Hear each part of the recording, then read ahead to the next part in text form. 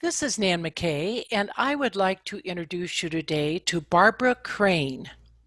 Barbara, along with her husband, pioneered grass-fed dairy and beef in the state of Oklahoma. Together, they have taken a tired, underproducing wheat farm and turned it into a profitable, environmentally responsible, value-added grass-fed dairy farm. They began dairy farming in 1991 and built the processing plant in 2005 so they could process their own milk.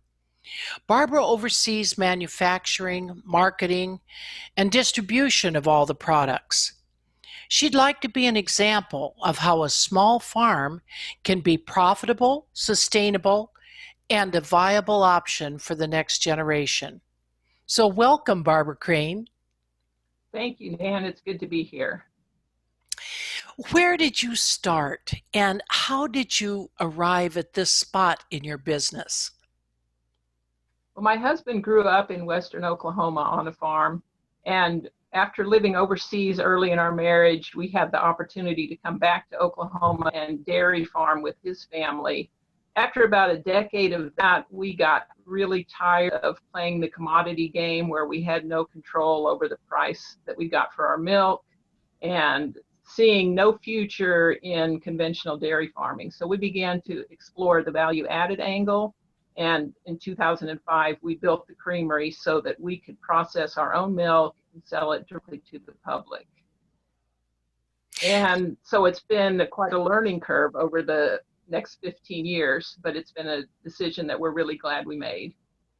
So the difference is in commodities. When you're in the commodity end of it, your milk has to be processed by somebody else. Is that how it works? Correct. So every 2 days, the truck would come and pick up our raw milk and take it to a processing plant somewhere away from the farm and make it into various products. But we had no control over the price that we would get, and the price would always fluctuate, and there was no way to make a sustainable business out of that. The price was never high enough, long enough to make it viable. And that was primarily because of a middleman, in a sense? That's part of it. American agriculture is in quite a crisis with commodities in general. But yes, the amount of money that the farmer gets is bottom of the barrel, especially compared to what the consumer actually ends up paying. So this way we could go directly to the consumer, and that way we could look for our own markets also and not have to depend on middlemen and just the complications that are out there for farmers right now. So you have done a variety of products for the farm. What kind of products are there that you sell? We do Greek yogurt and butter. We do a variety of cheeses like cheddar, pepper jack, ricotta. We also have grass-fed beef. Since we're a grass-fed dairy, that's a natural product that we do. And we have a commercial kitchen on farms. We're able to do some things in the kitchen like granola bars. It just gives us a little flexibility.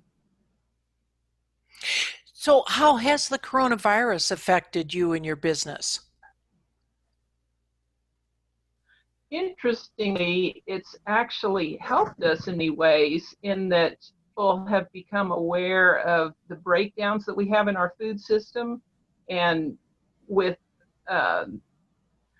us being able to sell directly to the public, people are realizing that, I think I'd kind of like to know a farmer if things get really bad. And so it was difficult in one sense that our major farmers market was canceled due to the coronavirus for 2 months, but the staff of the farmers market and the businesses in that area worked together with us to allow us to continue to meet our customers just for a drop-off situation.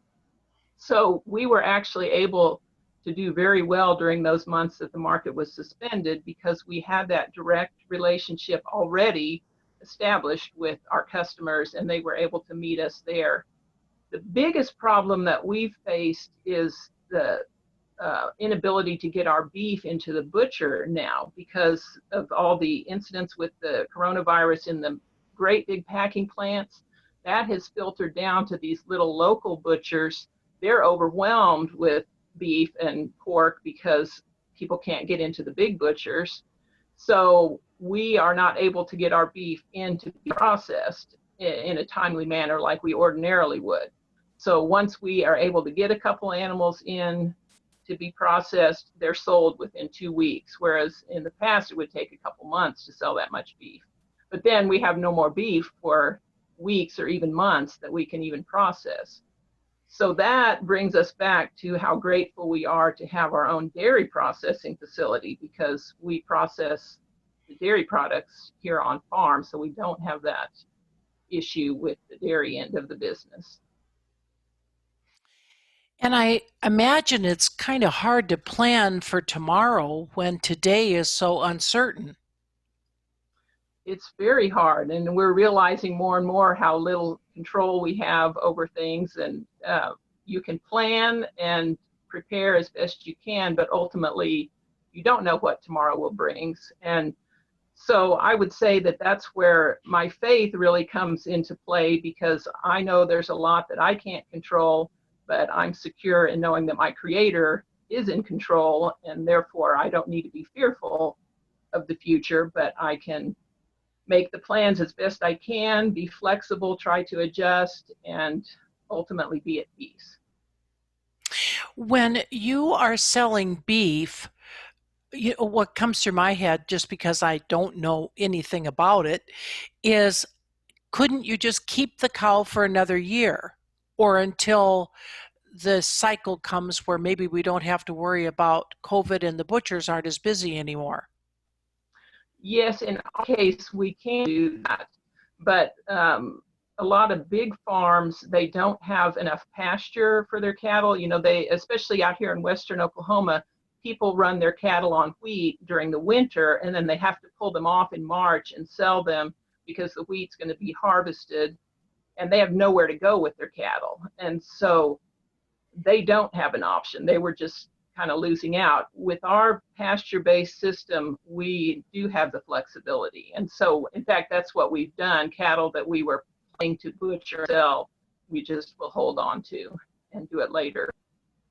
So it kind of changes your business plan and your business goals for the year, right?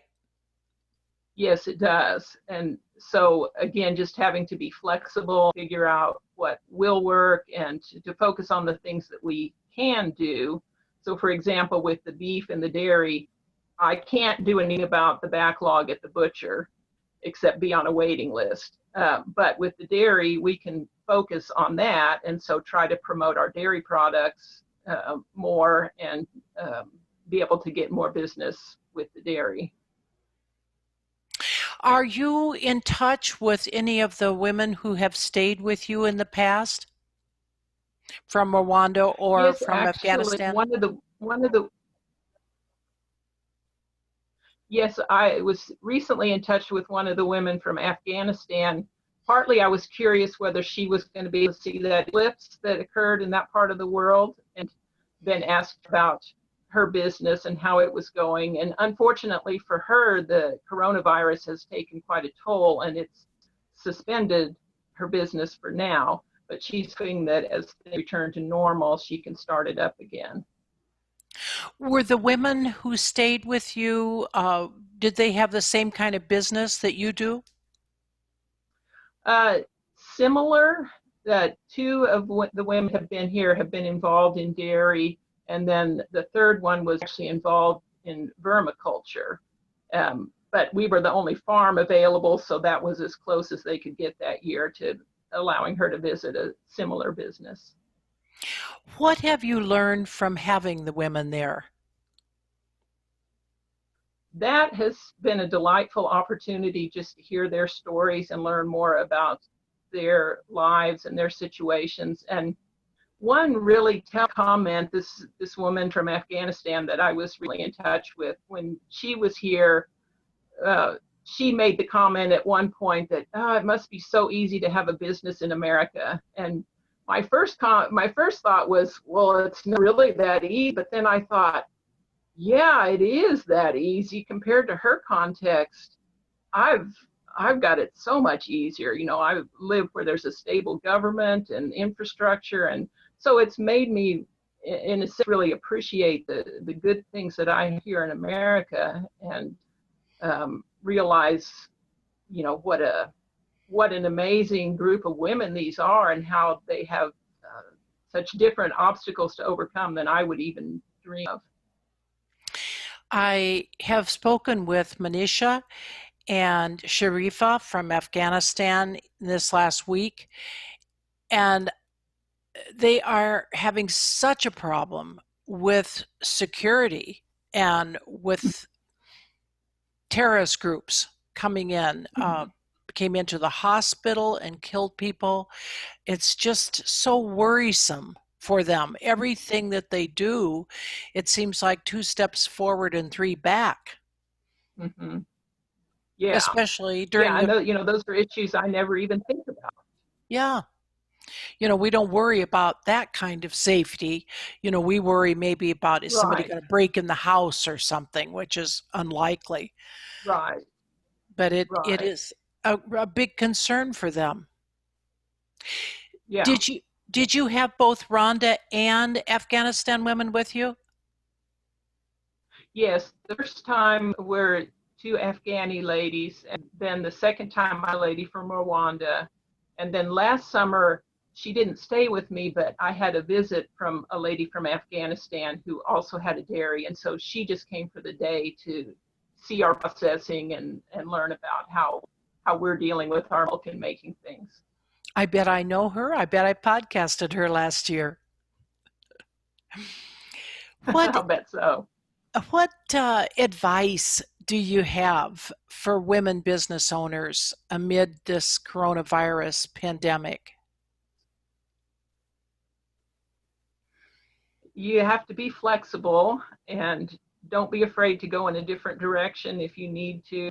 And um, there are a lot of things out of your control, and so you have to focus on the things that you can deal with, that you can change, and not worry about the things that you can't. That is very good advice because it's hard to plan when you just don't know what's going to happen tomorrow. Right, right.